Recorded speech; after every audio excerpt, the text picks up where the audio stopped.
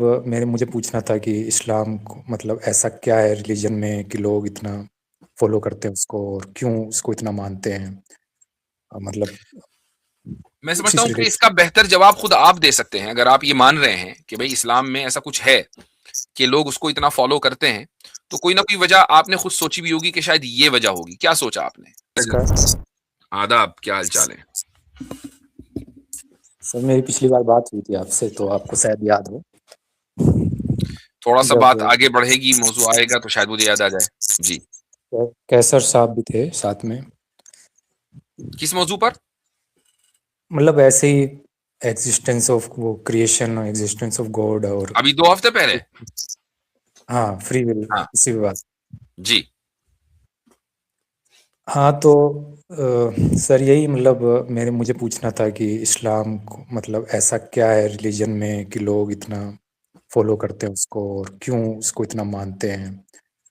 मतलब मैं उसी समझता से हूँ कि रिलेट। इसका बेहतर जवाब खुद आप दे सकते हैं। अगर आप ये मान रहे हैं कि भाई इस्लाम में ऐसा कुछ है कि लोग उसको इतना फॉलो करते हैं, तो कोई ना कोई वजह आपने खुद सोची भी होगी कि शायद ये वजह होगी। क्या सोचा आपने?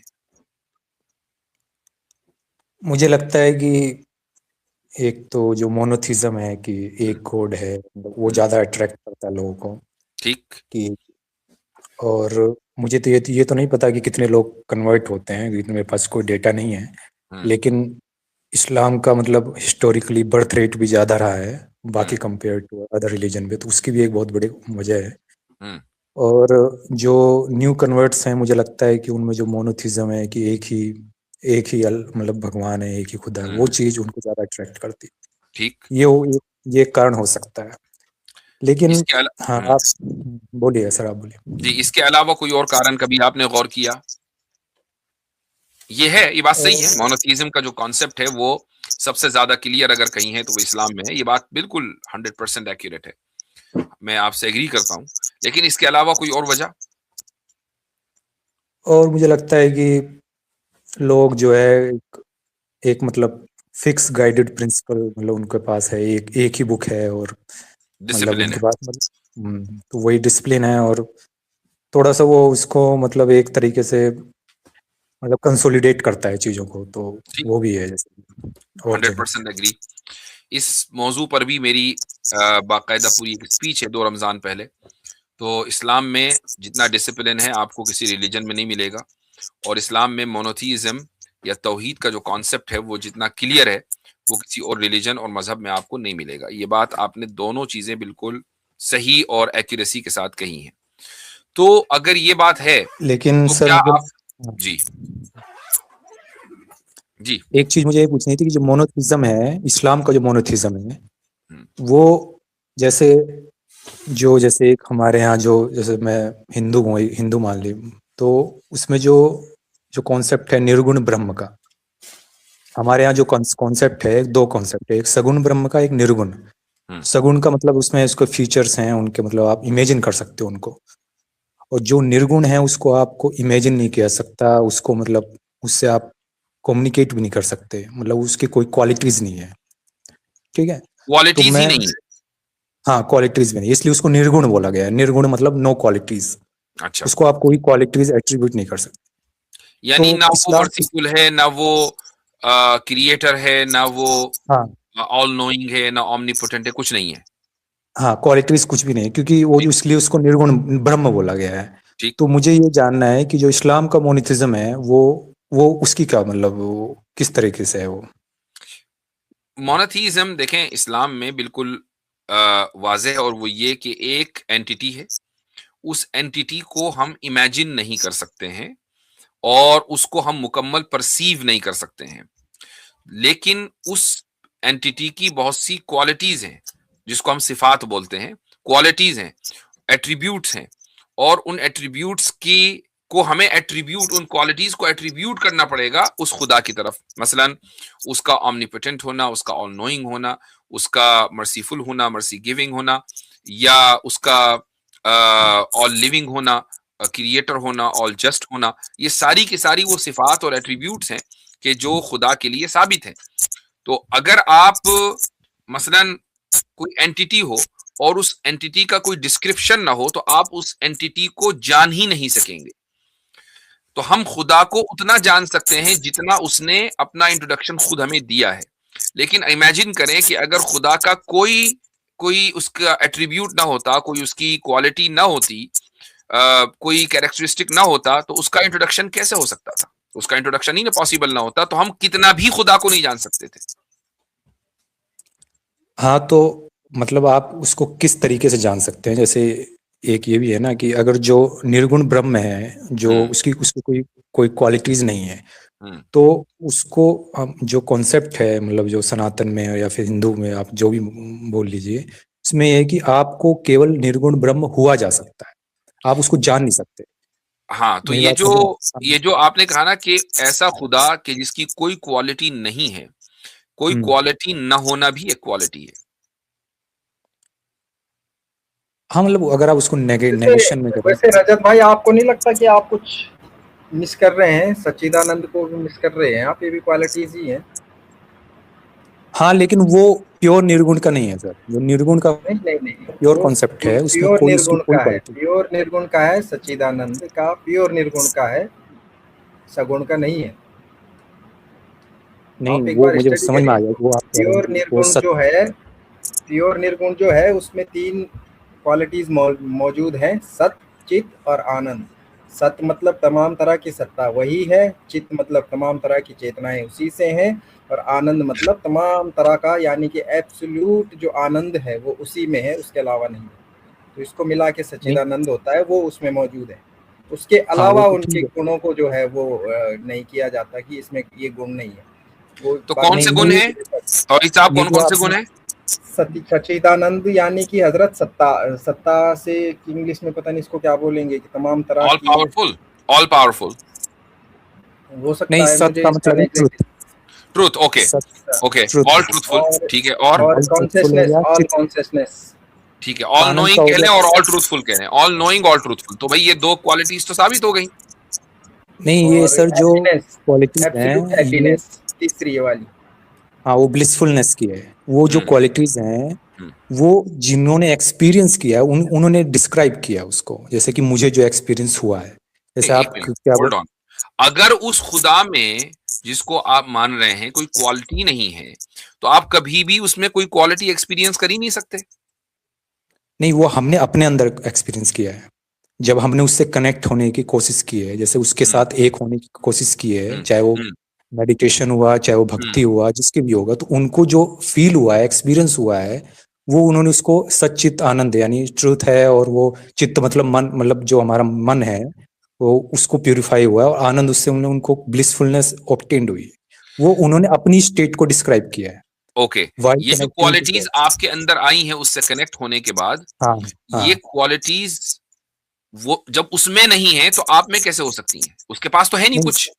नहीं, उसके पास तो निर्गुण, उसके उसकी तो कोई क्वालिटीज नहीं है, लेकिन जब हम ठीक। उसकी तरफ बढ़ते हैं तो हम्म हमारी जो नेगेटिव क्वालिटीज हैं वो प्यूरिफाई होने लगती है, तो हमें हम्म उसको ट्रुथ, मतलब ब्लिसफुलनेस ऑब्टेन्ड होता है, हम्म मतलब ट्रुथ लगता है, सच्चाई में पता चलती है, तो उसके पास जैसे जैसे हम बढ़ते हैं आगे, हम्म, तो हमें वो 3 क्वालिटीज जो हैं, वो खुद की जो मेडिटेटिव स्टेट है, उसको उन्होंने एक्सप्लेन किया, जिन्होंने भी कोशिश की है उनको उस तक पहुंचने की, चाहे वो ओके भक्ति योग के थ्रू हुआ, चाहे मेडिटेशन के थ्रू हुआ।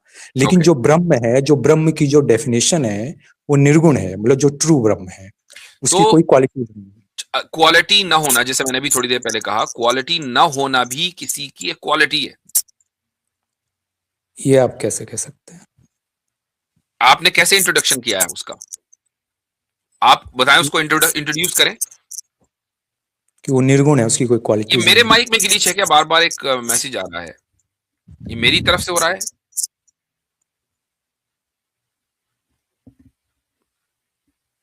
जी, यार आपके माइक से आ रही है हल्की सी आवाज, वो जैसे कुछ बीच में अटक सा रहा हो उसमें, या प्लास्टिक सा बज रहा हो कुछ। अच्छा, ये अजीब बात है। ओके, हाँ जी। तो आप जरा उसका, ये आवाज, ये जो सी हो रही है, इसी को कह रहे हैं? जी जी जी जी जी जी। ओके। हाँ भाई, तो रजत भाई जरा सा आप इंट्रोडक्शन कराएं उस खुदा का। हाँ, तो मैंने जो मतलब जो मैंने स्क्रिप्चर से जो मतलब जो हिंदू स्क्रिप्चर्स हैं उनसे मैं बता, क्योंकि मेरा उसी से नॉलेज है जी कि उसकी जो उसमें उन्होंने दो तरीके बताया, एक निर्गुण ब्रह्म, एक सगुण ब्रह्म। तो निर्गुण ब्रह्म है जो अल्टीमेट रियलिटी इसको बोलते हैं, जिसकी कोई क्वालिटीज नहीं है, जिसको मतलब कोई एट्रीब्यूट्स नहीं है। लेकिन उस जो सगुण ब्रह्म है, सगुण मतलब जिसके पास क्वालिटीज हैं, तो उसको मतलब पाने के लिए मतलब ये था कि निर्गुण निर्गुण तक जानने के लिए हर किसी के लिए संभव नहीं था। हर कोई मेडिटेट नहीं कर सकता, हर कोई वहां तक नहीं जा सकता। तो उसको ब्रह्म मतलब गॉड को समझाने के लिए सगुण जो ब्रह्म है उसको, जैसे ब्रह्मा हुए, विष्णु हुए, महेश और जितने भी हमारे यहाँ गॉड हैं, पर हमें हमारे ये था कि नेचर के थ्रू उसको समझा जाए। तो इसलिए एक कॉन्सेप्ट ये भी है कि जो निर्गुण ब्रह्म है वो हर जगह है, उसकी मतलब वो एवरीवेयर है, उसका कोई ऐसा कोई स्पेसिफिक प्लेस नहीं है।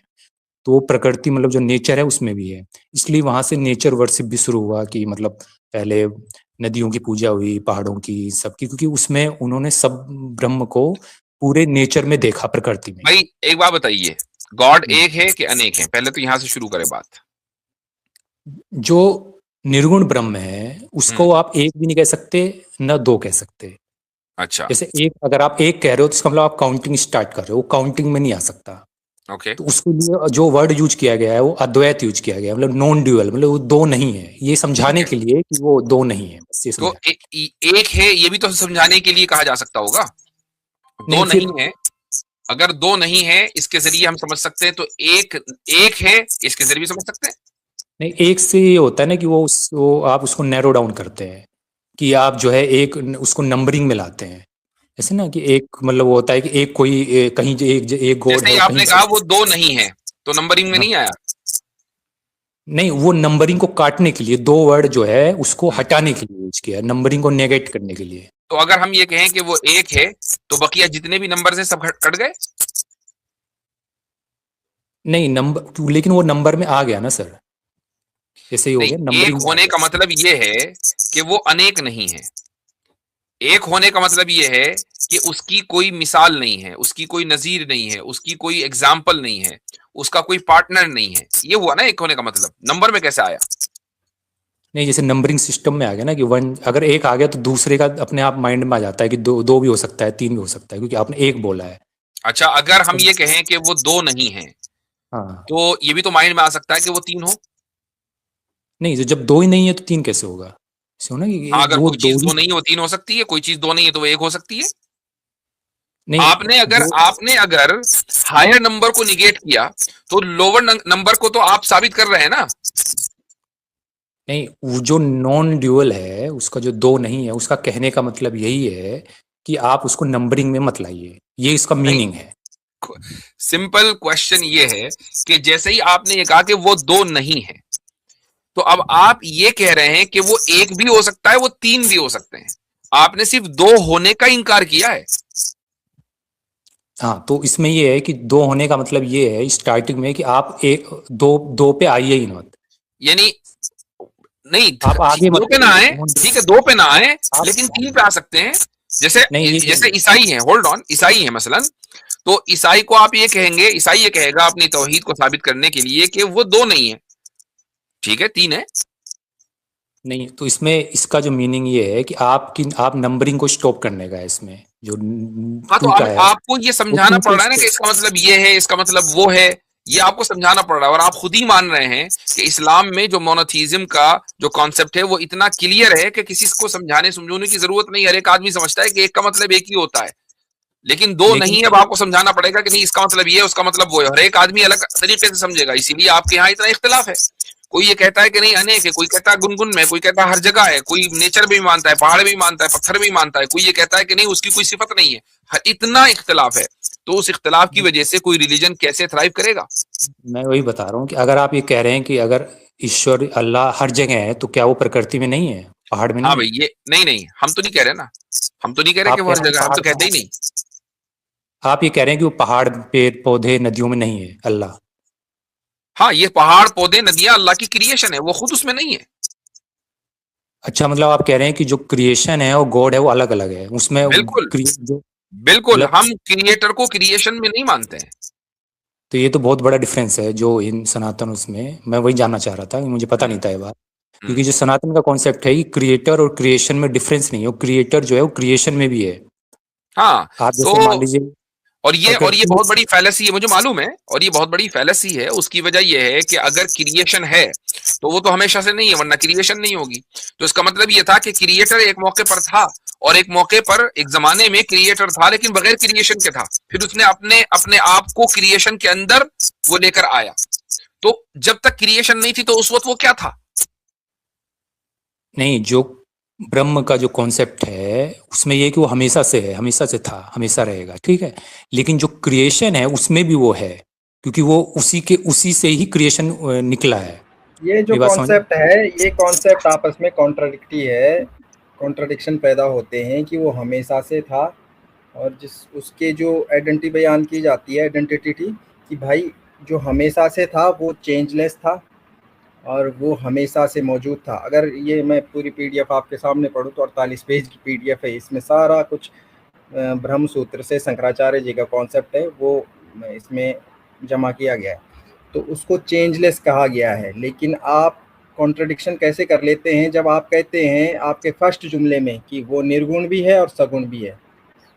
एक ही एंटिटी में आप कॉन्ट्रडिक्शन पैदा कर देते हैं कि वो सगुण भी है और निर्गुण भी है, यानी कि उसमें क्वालिटीज नहीं भी हैं और उसमें क्वालिटीज भी हैं, तो कॉन्ट्रडिक्शन आ जाता है। दूसरा, जब आप कहते हैं कि एक टाइम पे वो हमेशा से था, और दूसरी तरफ आपका क्लेम है कि वो चेंजलेस है, और तीसरी तरफ आप कहते हैं कि वो खुद नेचर में ट्रांसफॉर्म हो गया, तो चेंज तो आ गया उसमें। ये भी कॉन्ट्रडिक्शन है आपस में। और आप जो तीसरी बात कर रहे हैं कि जो तुरीय अवस्था है, जो सच्चिदानंद के आपने डेफिनेशन बताई कि इंसान महसूस करता है, तो वो ये फोर्थ स्टेट है। वेदांत में 4 अवस्थाएं हैं, यानी कि 4 स्टेट है। एक जागृत waking state, dream state, deep sleep state, और फोर्थ है तुरिया। इसके लिए तुरिया कहा जाता है। इस तुरिया को सिर्फ तुरिया ही कहा जाता है, इसकी कोई एक्सप्लेनेशन नहीं है ज़्यादा। इसको सिर्फ ये कहा जाता है कि ये एक ऐसी आध्यात्मिक अवस्था है कि जहाँ बाकी के तीनों स्टेज जो हैं वो अलग हो जाती हैं, और इंसान कहाँ पहुँच जाता है, ये शुद्ध चेतना की स्थिति है, यानी कि प्योर कॉन्शियसनेस में इंसान इसमें पहुँच जाता है। और उसके बाद वो क्या महसूस करता है, उसके बाद जो ये तीनों चीज़ों में महसूस होता है, उनमें से वो हटके और सिर्फ क्या महसूस करता है कि उसके बीच और ब्रह्म के बीच कोई भेद रहता नहीं है। कोई भी मतलब बीच में कोई पर्दा नहीं हायल हो रखा, कुछ नहीं हो रखा, एकदम वो स्टेट में पहुंच जाता है बंदा जहां उसे महसूस होता है कि मैं ही ब्रह्म हूँ। ये वो स्टेज है, और इस स्टेज में जाके उसे ना किसी चीज की दुख होती, ना चिंता होती, ना फिक्र होती, और वो अपने आप को उस स्टेज में जाके ब्रह्म महसूस करता है। इसी को जो है आपके उसमें कहा जाता है कि जो शंकराचार्य जी को हासिल हो गया था मोक्ष, यानी कि अपने आप को ही जान लेना ब्रह्म, अपने आप का ज्ञान हो जाना कि मैं ही ब्रह्म हूँ। तो ये तब भी जो तीन क्वालिटीज हैं वो मौजूद रहती हैं। उन 3 क्वालिटीज की पहचान करना ही दरअसल ज्ञान पाना है, जिसको कहा जाता है। तो आप इसको मानते हैं? क्वालिटी इंसान की नहीं होती। नहीं, हम क्या मानते हैं वो एक अलग मसला है। असल बात ये कि आपने जो, यार ये मेरा माइक बहुत खराब हो रहा है, आपने जो तारुफ कराया वो सही नहीं कराया है। तो कैसे? अभी इतनी बात वाज़ेह तो हो गई ना कि आपने कहा कि उसकी क्वालिटी नहीं है, जबकि 3 क्वालिटी निकल कर आ रही हैं। मैं बता रहा हूँ, उसी को क्लियर कर रहा हूँ। ये जो इन्होंने बताई अवस्था बताई है, ठीक है, स्टेट इसको बोलते हैं। एक ड्रीम वेकिंग स्टेट है, एक स्लीप स्टेट है, और एक इन्होंने और बताया है, और फिर लास्ट में ये जो है तुरिया अवस्था है, उसको तुरिया मतलब फोर्थ स्टेट, ठीक है। वो भी एक स्टेट ही है जिसमें व्यक्ति ब्रह्म को जानता है, ठीक है। वो व्यक्ति जो जान रहा है उसकी अवस्था है कि वो जो है अपने ब्रह्म को जान गया है, इसलिए वो उसको सच्चित आनंद, यानी जो वो स्वयं को जान गया। भाई आप यहाँ पे गलत कोट कर रहे हैं। वो स्वयं को जान गया कि मैं ही ब्रह्म हूँ।